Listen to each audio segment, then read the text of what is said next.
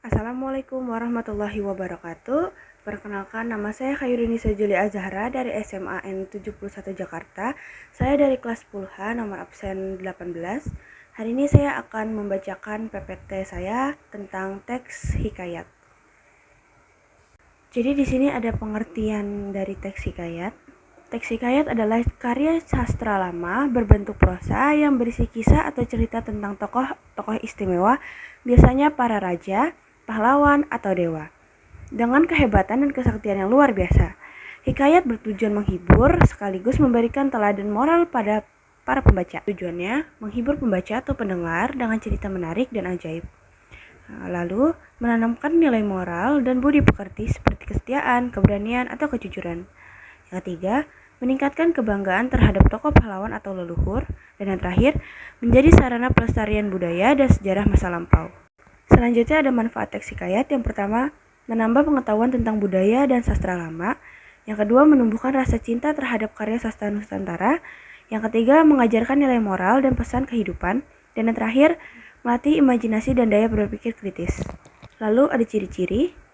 Yang pertama, mengisahkan tokoh luar biasa yang berani, sakti, atau keturunan dewa atau raja. Kedua, ceritanya sering mengandung keajaiban atau hal gaib. Ketiga, tokohnya sering digambarkan hitam putih. Tokoh baik selalu menang. 4. Menggunakan bahasa Melayu klasik. Kelima, bersifat anonim atau pengarang tidak diketahui. Dan yang terakhir, ceritanya berlatar kerajaan atau istana. Selanjutnya ada struktur. Strukturnya yaitu yang pertama ada abstrak atau gambaran singkat isi cerita. Kedua ada orientasi, pengenalan tokoh, waktu dan tempat. Komplikasi, munculnya masalah atau konflik dalam cerita. Resolusi, penyelesaian masalah atau puncak cerita. Dan yang terakhir ada koda, penutup atau amanat yang bisa dipetik. Lalu ada kaidah kebahasaan. Yang pertama, kata kerja material, menunjukkan tindakan nyata seperti berperang, berjalan, atau menyerang. Yang kedua ada kata kerja mental, menunjukkan perasaan atau pemikiran, seperti berharap, sedih, atau kagum. Yang ketiga, kalimat langsung dan tidak langsung. Yang keempat, kata ganti orang ketiga, seperti ia, mereka, baginda, dan lain-lain. Yang keempat, ungkapan dan peribahasa Melayu klasik. Dan yang terakhir, kata sifat berlebihan, seperti sangat, amat gagah, atau teramat sakti. Selanjutnya ada unsur-unsur. Yang pertama tema. Tema berisi pokok cerita, biasanya tentang pahlawanan atau keajaiban. Lalu ada tokoh dan penokohan yang berisi pelaku cerita dan sifatnya seperti baik, jahat, sakti, dan lain-lain. Yang ketiga ada latar. Latar berisi tempat, waktu, dan suasana kejadian. Lalu ada alur, yaitu urutan jalannya cerita, ada awal, tengah, dan akhir. Ada amanat, yaitu pesan moral yang ingin disampaikan pengarang. Lalu sudut pandang, cara pengarang menceritakannya, biasanya menggunakan sudut pandang orang ketiga.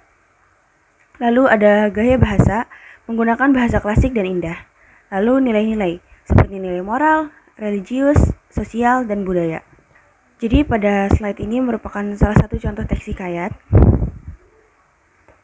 Lalu pesan moral pada teks hikayat tersebut adalah yang pertama, keberanian dan keikhlasan dalam berjuang akan membawa kemenangan.